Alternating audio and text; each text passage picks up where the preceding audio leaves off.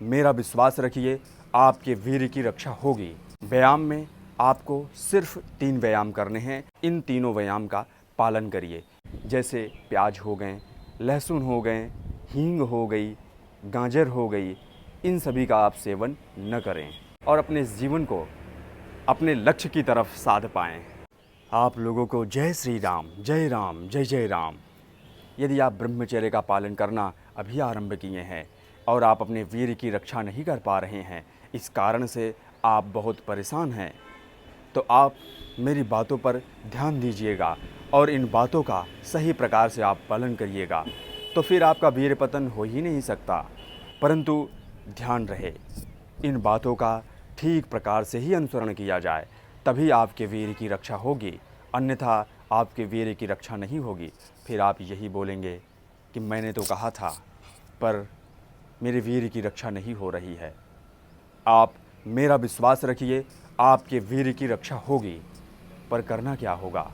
व्यायाम में आपको सिर्फ 3 व्यायाम करने हैं। यदि आप शुरुआती समय में नहीं कर पा रहे हैं अधिक से अधिक व्यायाम, तो आप सिर्फ 3 व्यायाम करिए। जितना आपके शरीर में सामर्थ्य है, उस सामर्थ्य के अनुसार आप इन तीनों व्यायाम का पालन करिए।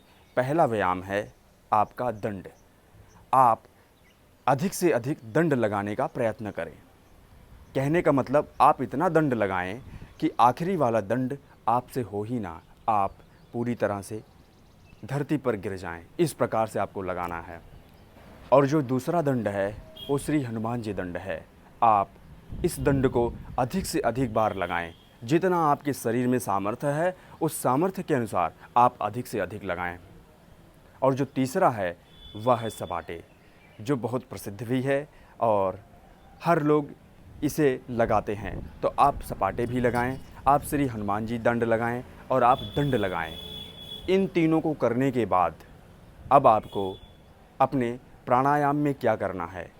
जो भी आपको पद्मासन, सुखासन, जिसमें भी आपको लग रहा है, वज्रासन, जिसमें भी आपको सुविधा हो रही है, आप उसमें बैठ जाएं। जितनी आपके शरीर में क्षमता है, उस क्षमता के अनुसार आप 5 मिनट, 10 मिनट, 15 मिनट, 21 मिनट, जितना हो सके आप बैठिए।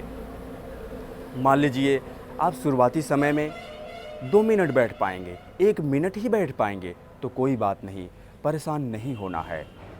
ये समय आपके धीरे धीरे बढ़ते जाएंगे। परंतु जो आप किसी भी आसन में बैठ रहे हैं, यह आपको दिन में 3 बार करने हैं। तो जैसे आपने पहला ब्रह्म मुहूर्त में किया, दूसरा आपने दोपहर में कर लिया और तीसरा शाम की जो संध्या होती है उस समय आपने कर लिया। जब आप इस प्रकार से अपने दिनचर्या का पालन करेंगे तो आप निश्चय ही अपने वीर की रक्षा कर पाएंगे। हाँ, इसके साथ साथ में आपको अपने भोजन पर नियंत्रण करना होगा। जो भी ऐसे पदार्थ हैं जिनमें तमस का गुण है, आप उसका सेवन कदापि ना करें। जैसे प्याज हो गए, लहसुन हो गए, हींग हो गई, गाजर हो गई, इन सभी का आप सेवन न करें, क्योंकि इनके सेवन से आपके शरीर में तमस के गुण आएंगे और जब तमस का गुण आएगा तो फिर आपके वीर का पतन होगा। फिर आप कुछ भी कर लीजिए, चाहे जितने आप प्राणायाम कर लीजिए, चाहे जितने आप व्यायाम कर लीजिए, ये सभी आपके वीर पतन करा ही देंगे।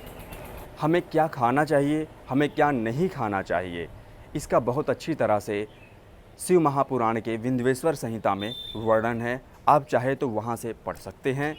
कहने का मतलब यही है कि मैं जो भी बातें बताता हूँ, भगवान की कृपा से मैंने वह सब अनुभव किया हुआ है, इसलिए आप लोगों से साझा करता हूँ कि आप लोग भी अपने इस जीवन को सुंदर बना पाएँ और शक्तिशाली बना पाएँ और अपने जीवन को अपने लक्ष्य की तरफ साध पाएँ।